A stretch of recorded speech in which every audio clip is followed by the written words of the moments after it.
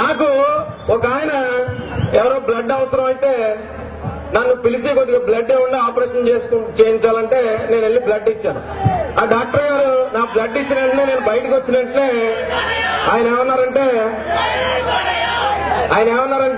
ఏమన్నా మీరు కమ్మవారా అని అడిగారు.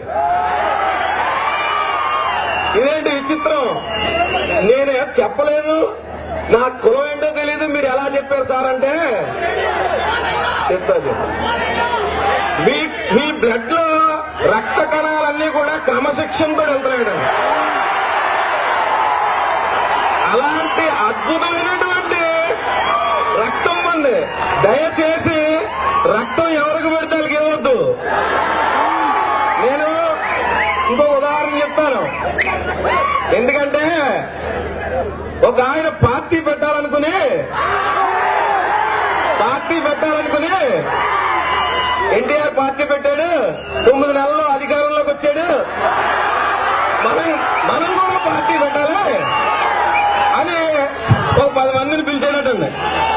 పిలిస్తే నీ వల్ల కాదు, నువ్వు హిమాలయాలకు వెళ్ళి తపస్సు చేయమని చెప్పారట. అక్కడికి వెళ్ళి తపస్సు చేశాడు. తపస్సు చేస్తే దేవుడు ప్రత్యక్షమై ఏం చెప్పాడంటే, ఈయన వాదిస్తున్నాడు ఆయనతో. రామారావు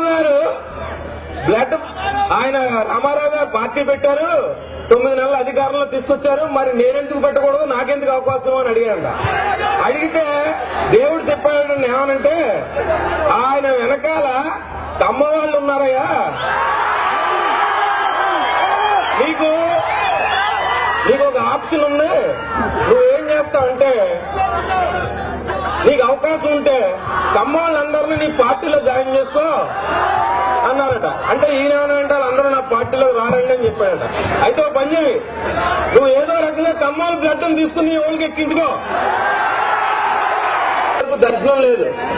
ఈయన కూడా ఈ పార్టీ పెడదాం అనుకున్న వ్యక్తి కూడా అక్కడ పోయాడు.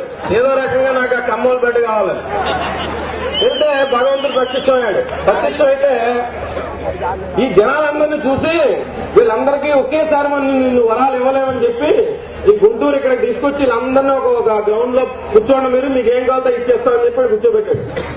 కూర్చుని ఆయన అడిగాడు అనమాట. వచ్చేటప్పుడు బంగారం డబ్బు అంతా తెచ్చాడు. ఒక్కొక్కరిని లేపు అడుగుతుంటే నీకేం కావాలంటే అందరూ కూడా మాకు ఈ జన్మ చాలు, వచ్చే జన్మలో నన్ను కమ్మోడి కింద పుట్టించమని అడిగారు. మరి వెంకటేశ్వర స్వామి ఈజ్ నాట్ అన్ అడ్మినిస్ట్రేటర్, ఆయనకి సంబంధం లేదు. ఆయన ఏం చేశాడు, వెంటనే బ్రహ్మదేవుని పిలిచాడు. ఏమయ్యా అవకాశం ఉందా, వచ్చి జన్మలు అందరినీ కమ్మోలుగా పుట్టించాడు. సార్ నా దగ్గర మెటీరియల్ లేదని చెప్పాడు. వెంటనే గవర్నమెంట్ లో ఉన్నటువంటి చీఫ్ సెక్రటరీ గారిని 4 నెలలు పిలిచాడు. మత మార్పుల్లా కుల మార్పు ఏమైనా ఉందా, ఇక్కడ ఈ పార్టీ పెట్టాలనుకున్న ఆయన ఉన్నాడు, సంకల్ కూడా వేసుకుంటున్నాడు, మనకి వచ్చేది వీళ్ళంతా. అయితే ఆయన ఏమన్నాడంటే, ఇప్పుడు ఉన్నటువంటి ఈ కొద్ది జనాభా యొక్క తెలివితేటలకు మేము తట్టుకోలేకపోతున్నాం, మొత్తం అందరూ వాళ్ళైతే మేము అసలు తట్టుకోలేమండి, దయచేసి మేము అది సాధ్యం కాదని చెప్పారు. అందుకనే ఆ వ్యక్తి ఆ రకంగా ఆలోచించి రకరకాల ప్రయత్నాలు చేసి విసిరి వేసారిపోయి చివరికి ఆయన ప్రయత్నాలు ఆయన చేసుకున్నాడు. అందువల్ల ఎవరు కూడా తొందరపడి బ్లడ్ ఇవ్వకండి. మన పిల్లలు మీరు అబ్జర్వ్ చేశారు లేదో, మన పిల్లలకి మనం బూస్ట్లు హార్లిక్స్లు ఏం అవసరం లేదు, పుడితే ఆటోమేటిక్ గా పెరిగిపోతా ఉంటారు.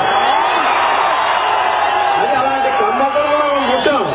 అందుకనే ఏమంటానంటే, మేము కమ్మ వాళ్ళం, మేము గొప్ప వాళ్ళం, మేము కమ్మ వాళ్ళం, మేము ఎంతో గొప్ప వాళ్ళం, మేము పాలకులం, మేము పాలితులం, మేమంతా సైనికులం, విశ్వజన ప్రేమికులం, ప్రపంచ శాంతి కాముకులం,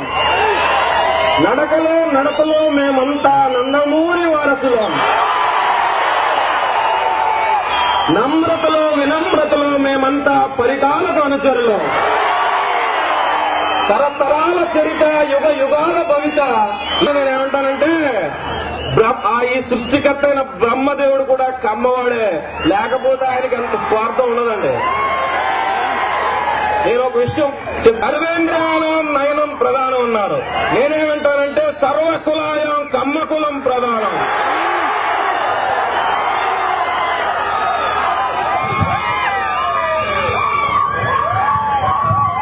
సమయం మించిపోతుంది కాబట్టి చాలా ఉత్సాహంగా ఉన్నారు.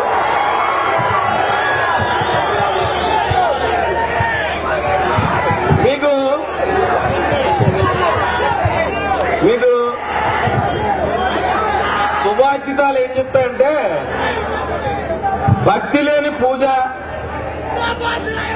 శీలం లేని మనిషి, వినయం లేని విద్య.